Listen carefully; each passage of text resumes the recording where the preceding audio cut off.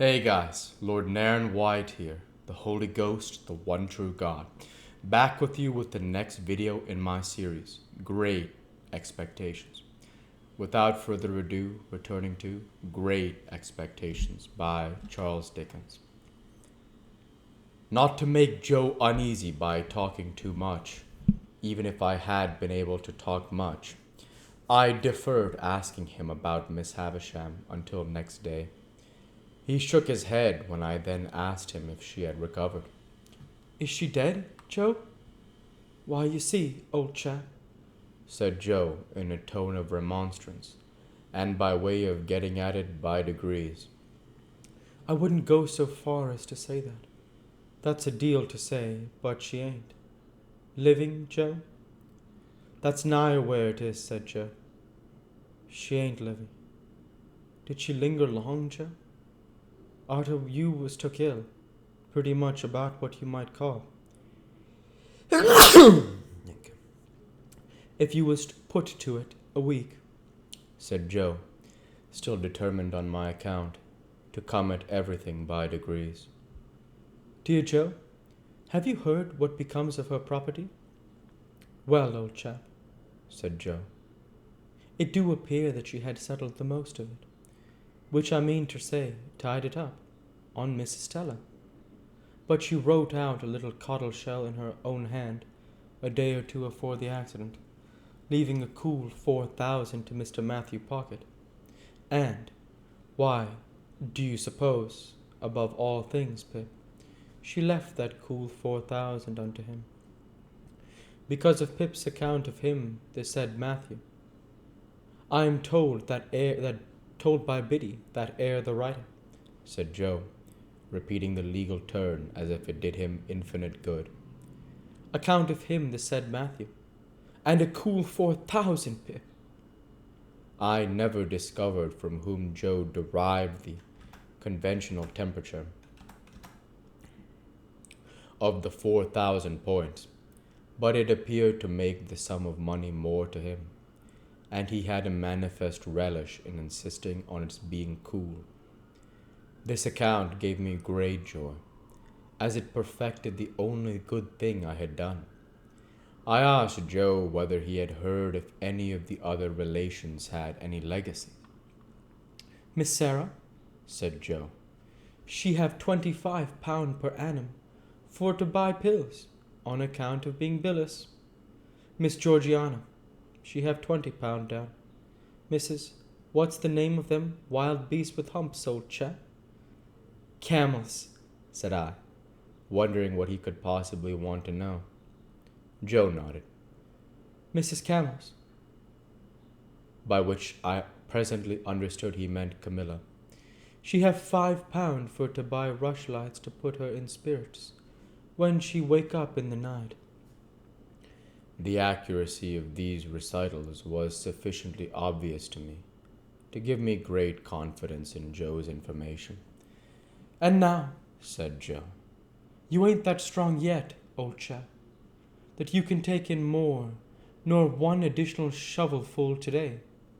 Old Orlick's he's been a bustin' open a dwelling house." "Whose?" said I. "Not, I grant you, but what this manor is given to blusterous," said Joe, apologetically. "Still, a Englishman's house is his castle, and castles must not be busted, 'cept when done in wartime. And whatsoever the failings on his part, he were a corn and seedsman in his heart." "Is it Pumblechook's house that has been broken into, then?" "That's it, Pip," said Joe. "And they took his till, and they took his cash box, and they drinked his wine, and they partook of his victuals, and they slapped his face, and they pulled his nose, and they tied him up to his bedpost, and they give him a dozen, and they stuffed his mouth full of flowering animals to prevent his crying out.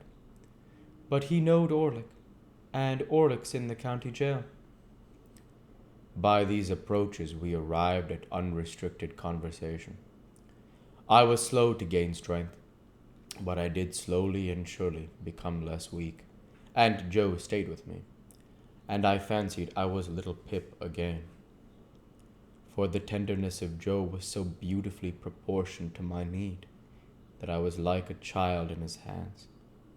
He would sit and talk to me in the old confidence, and with the old simplicity in the old unassertive protecting way, so that I would half believe that all my life since the days of the old kitchen was one of the mental troubles of the fever that was gone.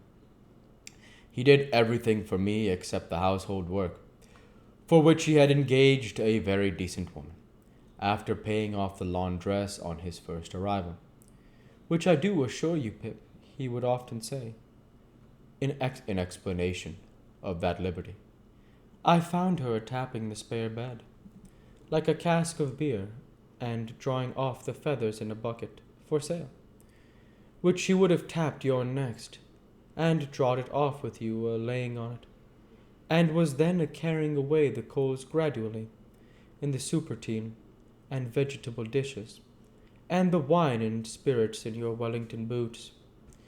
We looked forward to the day when I should go out for a ride, as we had once looked forward to the day of my apprenticeship.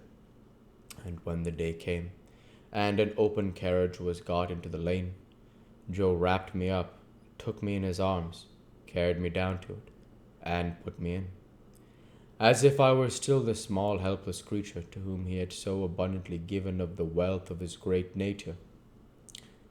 And Joe got in beside me, and we drove away together into the country, where the rich summer growth was already on the trees and on the grass, and sweet summer scents filled all the air. The day happened to be Sunday, and when I looked on the loveliness around me, and thought how it had grown and changed, and how the little wild flowers had been forming, and the voices of the birds had been strengthening, by day and by night, under the sun and under the stars, while poor I lay burning and tossing on my bed, the mere remembrance of having burned and tossed there came like a check upon my peace. But when I heard the Sunday bells and looked around a little more upon the outspread beauty, I felt that I was not nearly thankful enough, that I was too weak yet to be even that, and I laid my head on Joe's shoulder, as I had laid it long ago, when he had taken me to the fair or where not, and it was too much for my young senses. More composure came to me after a while, and we talked as we used to talk, lying on the grass at the old battery. There was no change whatever in Joe. Exactly what he had been in my eyes then, he was in my eyes still, just as simply faithful and as simply right. When we got back again and he lifted me out and carried me, so easily, across the court and up the stairs, I thought of that eventful Christmas day, when he had carried me over the marshes. We had not yet made any allusion to my change of fortune, nor did I know how much of my late history he was acquainted with. I was so doubtful of myself now, and put so much trust in him, that I could not satisfy myself whether I ought to refer to it when he did not. Have you heard, Joe? I asked him that evening, upon further consideration, as he smoked his pipe at the window, who my patron was.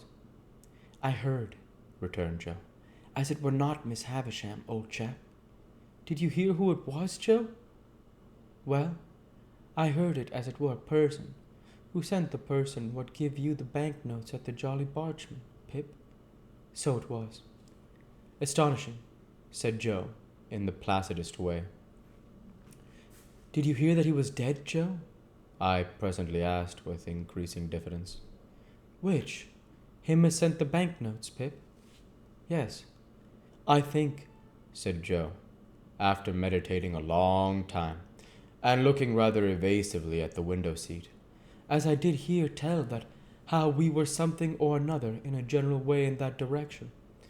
Did you hear anything of his circumstances, Joe? Not particular, Pip. If you would like to hear, Joe, I was beginning, when Joe got up and came to my sofa. Looky here, old chap, said Joe, bending over me. Ever the best of friends, ain't us, babe? I was ashamed to answer him. Very good, then, said Joe, as if I had answered. That's all right. That's agreed upon. We'll go ahead and stop there for this week. As usual, I want to say thank you for watching, and I hope you enjoyed. Please like, comment, and subscribe, as it greatly helps the channel. Light be with you all. Take care, and thanks again.